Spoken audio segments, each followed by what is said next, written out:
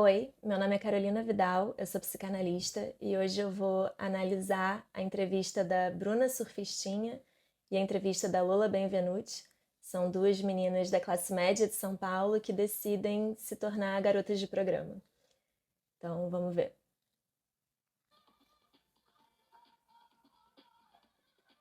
Ai de mim, ai de mim, provocações outra vez. Olha, quem nós temos aqui hoje é uma escritora best-seller. Mais de 300 mil exemplares vendidos num país que não lê. Mas há uma explicação. Antes de autora, ela é a própria personagem de sua obra. E a personagem é verdadeira, é uma garota de programa. Ela é a Bruna Surfistinha, mas vamos tratá-la com o nome verdadeiro, Raquel Pacheco. Quem eram os seus clientes? A maioria era homem casado, infelizmente, homens muito carentes, mais carentes do que pervertidos, homens que gostavam muito de conversar e de fazer sexo, realizar fantasias sexuais que eles não tinham coragem de pedir para as próprias esposas. Isso que ela está falando toca diretamente na questão da sociedade machista que faz uma oposição entre a mulher de casa e a mulher da rua. A mulher de casa teria que ser merecedora de um bom marido, recatada e do lar, inocente, pudica, mãe, enquanto que a mulher da rua é uma pessoa que está ali para satisfazer os desejos do homem, que não pode realizar com a própria esposa, nem consegue, né? Não enxerga a esposa dessa forma. Isso é um grande problema na sociedade, não só a nível social, mas a nível pessoal também, entre um casal. Não tem nada de novo no que eu vou falar aqui, acho que todo mundo sabe disso, né? Mas a quantidade de meninas jovens que estão no auge da sua descoberta do seu próprio corpo, do seu prazer, e que são taxadas de promíscuas, para não dizer outra coisa, porque se permitiram viver uma parcelinha de uma liberdade sexual, é gigante. Quantas histórias de meninas que precisaram sair do colégio, às vezes até de cidade, mudar de cidade, para conseguirem deixar de ser assediadas por conta de algum acontecimento específico. É triste. E isso deixa muitas marcas, muitos traumas, muitas questões com a sexualidade e às vezes até para a vida toda. Porque eu resolvi unir o útil ao agradável. Eu sempre gostei muito de sexo, desde a adolescência. Em casa, o sexo era tratado como algo proibido. Isso despertou muito mais curiosidade em mim. Sobre essa questão do sexo como algo proibido, para falar sobre isso, eu vou falar de um filme chamado Belle de Jour, do Buñuel, que é um diretor que sempre usa os seus filmes para fazer uma crítica social, com referência à luta de classes, criticando a burguesia principalmente. É um filme que faz uma oposição entre a inocência e a perversão. Fala sobre uma mulher burguesa que acaba decidindo ir trabalhar numa casa de prostituição. O filme faz uma divisão também entre o mundo da fantasia e o mundo do real. E fica muito gritante essa diferença. Logo, a primeira cena do filme mostra uma fantasia da personagem principal super elaborada, de dominação, violência. E depois, na vida real, a cena é de uma relação sexual totalmente caricata, parece até uma sátira, um puritanismo entre um casal. A questão é que a protagonista tem uma sexualidade reprimida, claro, como era de se esperar das mulheres nos anos 60, e que apesar de estar melhorando, ainda existe hoje, muito. Só pela estatística que a gente tem da nossa clínica mesmo, de mulheres que não conseguem atingir o orgasmo, é gigante. E aí isso fica bem evidente. E isso, obviamente, é o reflexo de uma sociedade patriarcal, machista. Mas é essa sexualidade reprimida no filme que faz com que ela desenvolva uma curiosidade por essa casa de prostituição. E é lá, nessa casa, que ela consegue ir construindo a sua sexualidade. Uma mulher com uma vida totalmente privilegiada, ou seja, não precisaria recorrer a isso por uma questão econômica. E se ela se sente impelida a responder aos seus desejos de forma escondida num local marginal, é porque o que ela procura não é aceito pela sociedade. Casou-se com um ex-cliente. Continua casado? Há 4 anos. Então, sexo por amor, hoje e há 4 anos, eu vejo que sexo por amor é muito mais prazeroso do que por dinheiro. Você levou um susto com isso? Você é capaz de olhar para dentro de você sem susto? Não, não sou. Eu não sei. Tô, acho que só vivendo pra saber. Não consigo imaginar. Acho que cada um faz o que quer da vida. Eu acho que é normal. Eu não tenho preconceito nenhum. Aliás, a nossa sociedade é preconceituosa com tudo. Desde religião até a opção sexual, até a maneira de se vestir. Quanto mais a uma decisão como essa. Então, é muito preconceito. A gente vive numa sociedade bem hipócrita. Eu acho que a pessoa não consegue enxergar se não quiser enxergar, certo?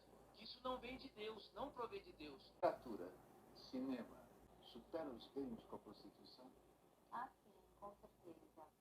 Eu tive sorte, porque eu sempre ouvi falar que escrever, publicar livro não dá dinheiro. No meu caso, eu tive sorte. Na verdade, eu ganhei mais dinheiro vendendo direitos autorais para outros países. O Doce Vezes Escorpião foi o meu primeiro livro, mas foi o que mais fez sucesso. E eu vendi os direitos autorais para mais de 20 países. Então, isso me garantiu mais dinheiro do que os 3 anos na prostituição. Quando sai o filme que Carina Luz adaptou do seu livro? Em julho de 2010, será a estreia. Você entra no filme? Não, minha participação é apenas indireta, é a história da minha vida. Mais de 1000 candidatas no teste para interpretar você no cinema.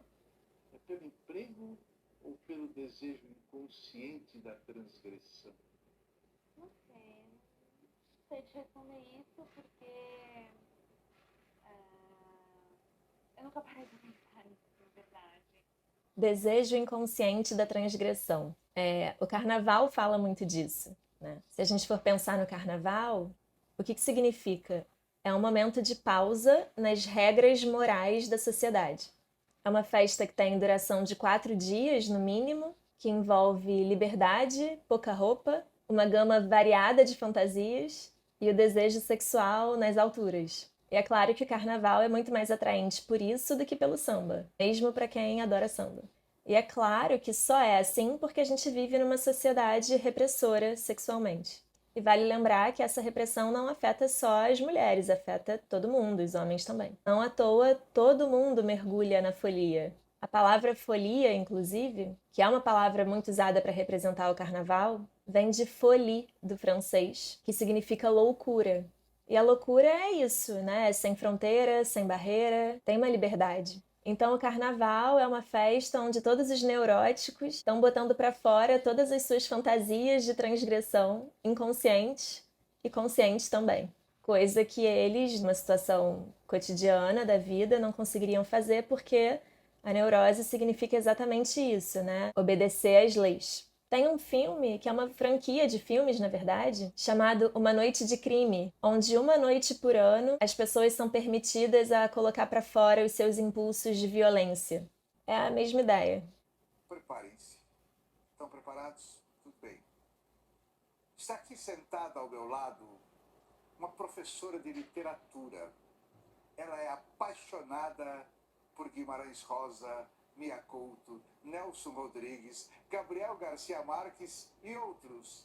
Mas não é sobre eles que ela vem falar aqui.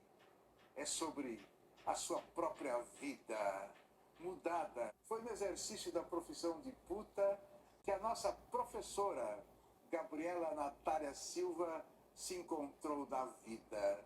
Preparem-se. O nome de guerra dela é Lola Benvenuti. 22 anos de idade, tão jovem. Quem é você?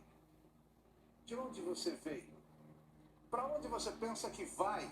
Fala sobre você um pouco. Bom, são coisas que eu aprendo todos os dias. Eu sei que hoje eu sou escritora, sou puta, sou blogueira. Eu só decidi monetizar algo que pra mim já era extremamente prazeroso, né? Então eu uni o útil ao agradável. Tem aquelas que têm prazer de fazer a prostituição, essa eu respeito. Mas a prostituição em si, como uma sobrevivência, eu acho que é o limite da decadência.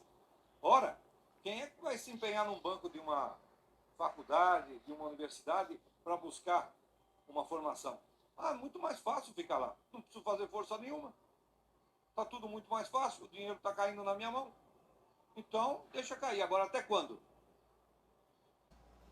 Mas a maioria é realmente por necessidade.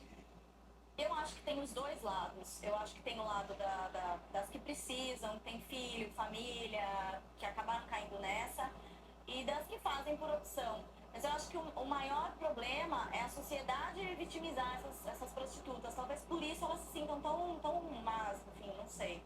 No seu caso, você começou a cobrar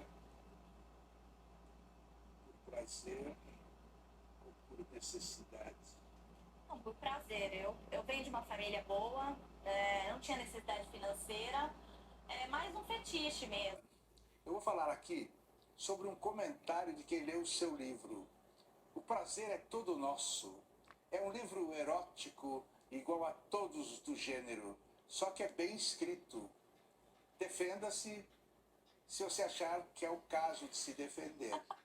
Não acho que é igual a todos os outros, do gênero principalmente, né? Se a gente pensar que tem o livro da Bruna Surfistinha e da Vanessa de Oliveira, são livros que ainda tratam a prostituição com esse tom de vitimização que eu não gosto.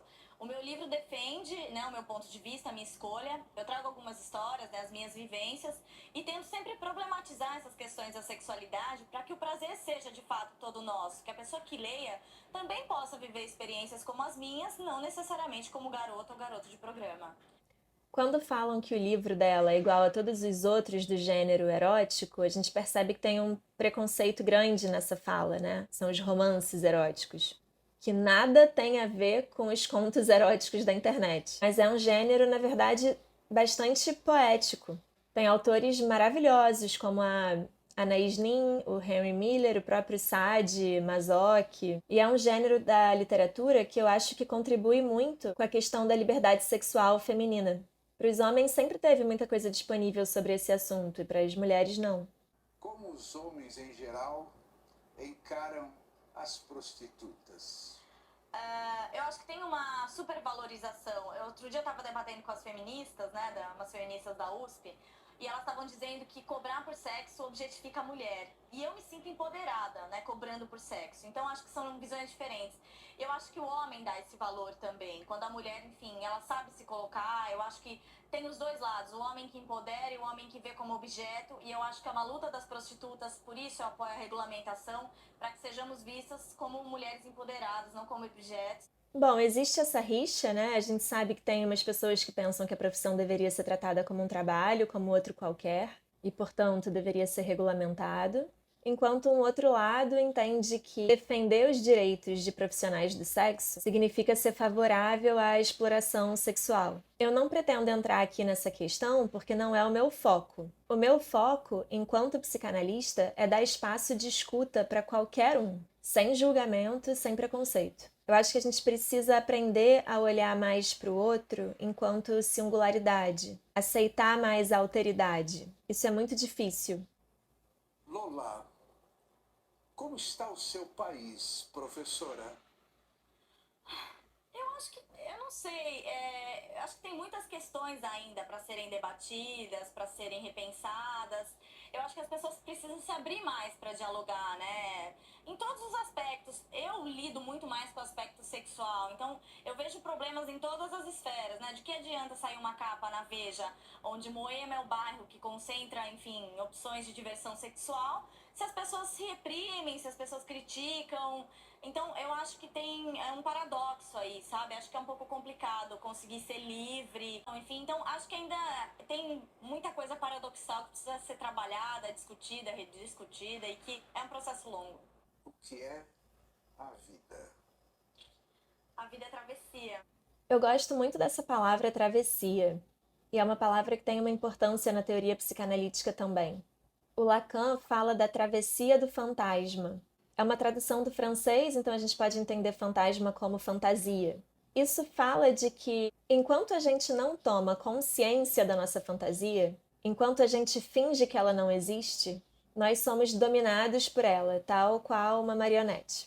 Em outras palavras, a gente sofre, não consegue sair do lugar e não entende o motivo. A proposta da psicanálise é ajudar o sujeito a atravessar a sua fantasia.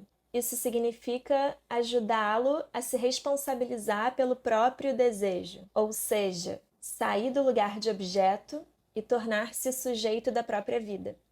O que implica em conseguir lidar criativamente com a sua fantasia e não se submeter passivamente a ela.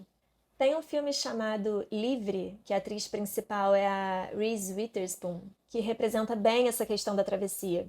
Ela decide fazer uma jornada de 3 meses numa trilha árida, que envolve deserto, neve, e durante o seu percurso, ela acaba entrando em contato com a sua história com a sua mãe, que morreu recentemente de um câncer súbito, e de quem ela tem muita raiva por ter se casado com um homem alcoólatra e violento, o que afetou diretamente a vida dela. E nessa jornada ela também revisita os seus tempos de drogadição e de promiscuidade, e aqui sem nenhum moralismo, obviamente, uma tentativa de expurgar as dores emocionais. E diante de tudo isso, a protagonista então percorre a travessia do seu fantasma. Eu gosto de pensar nessa travessia não só através da psicanálise, mas através da arte também, porque a arte traz um mergulho pelo trágico que é muito transformador. É isso, esse foi o vídeo de hoje, eu espero que tenham gostado, amanhã tem mais um.